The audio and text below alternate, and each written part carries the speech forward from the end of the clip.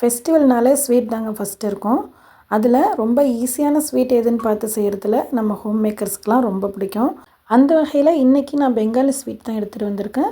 இது ரோஸ்போரா. இது ரொம்ப சாஃப்ட் அண்ட் ஜூஸியாக இருக்கும். நம்மள மாதிரி ஹோம் மேக்கர்ஸுக்கு இந்த ரெசிபியால் 3 ப்ளஸ் இருக்குது. அதாவது 3 பிடிச்ச விஷயம் இருக்குது. அது என்னங்கிறத இங்கே கண்டுபிடிச்சிக்கிட்டே இருங்க. நான் வீடியோக்கு நடுவில் இந்த விஷயத்த சொல்கிறேன். ஸோ இதை எப்படி செய்கிறதுங்கிறத வாங்க வீடியோக்குள்ளே போய் பார்த்துடலாம். அஸ்ஸலாமு அலைக்கும் and welcome back to Hira's Samayal. First நம்ம ஒரு அடிகனமான பாத்திரத்தை எடுத்துக்கலாம். அதில் 2 டீஸ்பூன் நெய் சேர்த்து 1 கப்பு ரவை சேர்த்துக்கிறேன். நம்ம எந்த கப்பால் வேணாலும் அளந்துக்கலாம். அதே கப்பால் தான் மற்ற பொருட்களையும் மெஷர் பண்ணிக்கணும். இந்த ரவையை லோ ஃப்ளேமில் வறுத்துக்கிட்டு இருக்கேன். கலர் சேஞ்ச் ஆகிடக்கூடாது, ஆனால் நல்ல ஒரு வாசனை வரணும். அந்த அளவுக்கு நம்ம இதை லைட்டாக வறுத்துக்கலாம். இந்த ரவையை லைட்டாக வறுத்ததுக்கப்புறம் 2 கப்பு பால் சேர்த்து இதை நல்லா கலந்து விட்டுடலாம். பால் சேர்த்து கலரும் போது கட்டி கட்டியாக ஆன மாதிரி தெரியும். இதை கலந்து விட அந்த கெட்டியெல்லாம் போயிடும்.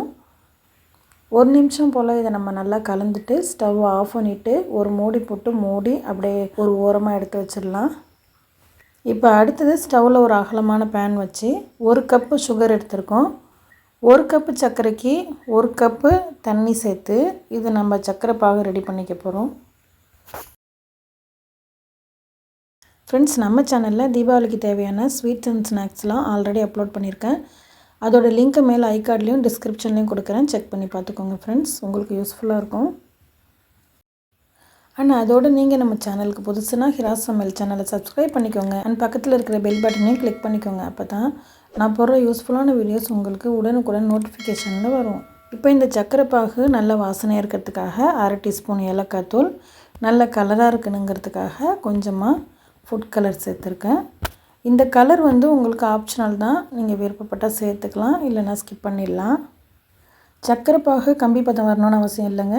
லைட்டாக இந்த பிசுபிசுப்பு வந்தாலே போதும். இப்போ ஸ்டவ் ஆஃப் பண்ணிவிட்டு நம்ம இதை மூடி வச்சிடலாம். நல்லா ஹீட்டாகவே இருக்கணும், அதனால் நம்ம டைட்டாக மூடி வச்சிடலாம். இப்போ நம்ம ரெடி பண்ணி வச்சுருந்த மாவை ஒரு 10 நிமிஷம் கழித்து ஓப்பன் பண்ணலாம். அந்த 10 நிமிஷத்தில் அது நல்லா சாஃப்டாக இருக்கும். இப்போ அதில் கொஞ்சமாக சோடாப்பு, அதாவது ஒரு 1/2 டீஸ்பூன் போல் பேக்கிங் சோடா சேர்த்து கொஞ்சமாக ஸ்வீட்டை எடுத்து கொடுக்கணுங்கிறதுக்காக ஒரு பிஞ்ச் அளவு உப்பு சேர்த்து இதை நல்லா சப்பாத்தி மாவு பிசைகிறது போல் பிசைஞ்சிக்கலாம்.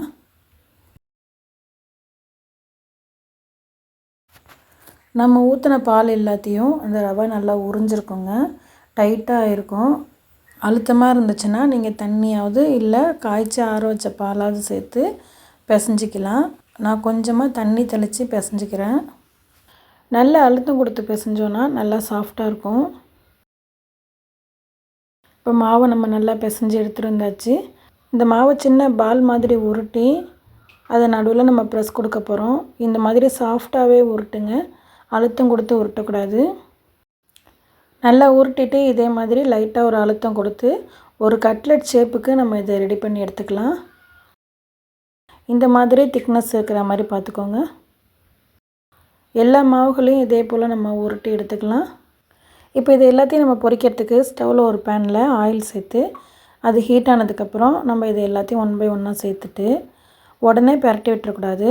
இது மாதிரி எண்ணெயை அள்ளி தெளித்து விடணும். அப்போ தான் அது நல்லா புஷ்ஷுன்னு உப்பி வரும். பாருங்கள் எவ்வளோ நல்லா உப்பி வந்திருக்குன்னு. இது எல்லாத்தையும் நம்ம இப்போ திருப்பி போட்டு நல்லா 2 பக்கமும் வேக விட்டு கோல்டன் ப்ரௌன் கலர் வர்ற வரைக்கும் வெயிட் பண்ணலாம். ஸ்டவ்வை ஹை ஃப்ளேம்லேயும் மீடியம் ஃப்ளேம்லேயும் வச்சுக்கோங்க, லோ ஃப்ளேமில் வச்சுக்க வேணாம். இப்போ நமக்கு நல்லா பொரிஞ்சு வந்துருச்சுங்க. இது எல்லாத்தையும் நம்ம எடுத்துடலாம். நல்ல ஒரு அழகான கோல்டன் ப்ரௌன் கலர் வந்துருச்சு. எண்ணெயை வடிகட்டுறதுக்காக ஒரு வடிகட்டியில் நம்ம இது எல்லாத்தையும் சேர்த்து ஒரு பிளேட்டில் அப்படியே வடிகட்டியோடு வச்சிடலாம். அந்த எண்ணெய் எல்லாம் இறங்கிடும். உடனே நம்ம சர்க்கரை பாகில் சேர்த்துடக்கூடாது. அதில் உள்ள ஆயில் எல்லாம் வடிகிற வரைக்கும் நம்ம ஒரு பிளேட்டில் எடுத்து வச்சிடலாம். இப்போ இதே போல் மீதம் இருக்கிறதையும் நம்ம பொரித்து எடுத்துடலாம். நான் வீடியோ ஸ்டார்டிங்கில் சொன்னது மாதிரி இந்த ரெசிபினால் 3 விஷயம் நமக்கு 3 ப்ளஸ் இருக்குது அப்படின்னு சொல்லியிருந்தேன்ல. அது என்ன அப்படின்னா, ஃபஸ்ட்டு இதுக்கு செலவு மிச்சம். அதிகமாக காசு கொடுத்து பேக்கெட்டில் பவுடர் வாங்கணுங்கிற அவசியமே கிடையாது. ரொம்ப செலவு மிச்சம். செகண்ட் என்ன அப்படின்னா, வீட்டில் இருக்கிற பொருளை வச்சே நம்ம செஞ்சிடலாம். அதாவது இந்த பொருளை செய்கிறதுக்கு ஒரு சூப்பர் மார்க்கெட்டுக்கு தான் போகணும், பெரிய பஜாருக்கு தான் போகணும் அப்படிலாம் கிடையாது. வீட்டிலே இருக்கும். அப்படி இல்லைனாலும் பக்கத்தில் இருக்கிற கடைகள்லேயே நம்ம வாங்கிடலாம். அந்த மாதிரியான ஈஸியான பொருள் தான் இதுக்கு தேவை. அது ஒன்று. 3வது விஷயம் என்ன அப்படின்னா, கொஞ்சம் பொருளில் நிறைய குவான்டிட்டி கிடைக்கும். அது எவ்வளோ பெரிய விஷயம் பாருங்கள். அதாவது ஒரு கப்பு போட்டதுக்கு இப்போ நான் உங்களுக்கு காமிச்சிருக்கிறது 3ல் ஒரு பகுதி தான். நான் இந்த மாவை வச்சு 3 விதமான ரெசிபி செஞ்சுருக்கேன். அதில் ஒரு ரெசிபி தான் இது. இன்னொன்று ஆல்ரெடி வீடியோ அப்லோட் பண்ணியிருக்கேன். அதோட லிங்க்கை மேலே ஐகார்ட்லேயும் டிஸ்கிரிப்ஷன்லேயும் கொடுக்குறேன். செக் பண்ணி பாருங்கள். இதே மாவுலேயே வேறு ஒரு ரெசிபி செஞ்சுருந்தேன். இன்னொரு ரெசிபியும் செஞ்சுருக்கேன். 3வது ரெசிபியும் செஞ்சுருக்கேன். அதை நான் இன்னும் அப்லோட் பண்ணல. கூடிய சீக்கிரம் அப்லோட் பண்ணுறேன். 3 ரெசிபி செஞ்சுருக்கேன் இந்த ஒரு கப்பு ரவையில். அப்போது செலவு மிச்சம், தேடல் மிச்சம், அண்ட் தென் குவான்டிட்டியும் அதிகமாக கிடைக்கும். இந்த 3 விஷயத்தை தாங்க சொன்னேன் ஹோம் மேக்கர்ஸ்க்கெலாம் பிடிச்ச விஷயம் அப்படின்னு. இப்போ எல்லா ரோஸ் போராவையும் நம்ம பொரிச்சு எடுத்தாச்சு. எல்லாத்தையும் நம்ம சக்கரை பாகில் சேர்த்துடலாம். அதில் உள்ள ஆயில் எல்லாம் வடிஞ்சிருச்சு. நல்லா ஆயிலெலாம் வடிஞ்சதுக்கப்புறம் சக்கரை பாகில் சேர்த்துக்கலாம்.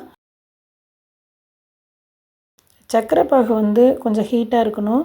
ஆறி போயிருந்துச்சுன்னா நீங்கள் கொஞ்சம் சூடு பண்ணிக்கோங்க. எல்லாத்தையும் ஒரு தடவை ஸ்பூன் போட்டு நல்லா கலந்து விட்டுருங்க. நல்லா ஒரு தடவை எல்லாத்தையும் பெரட்டி விட்டுட்டு ஓவர் நைட் அப்படியே ஊற வச்சுருங்க.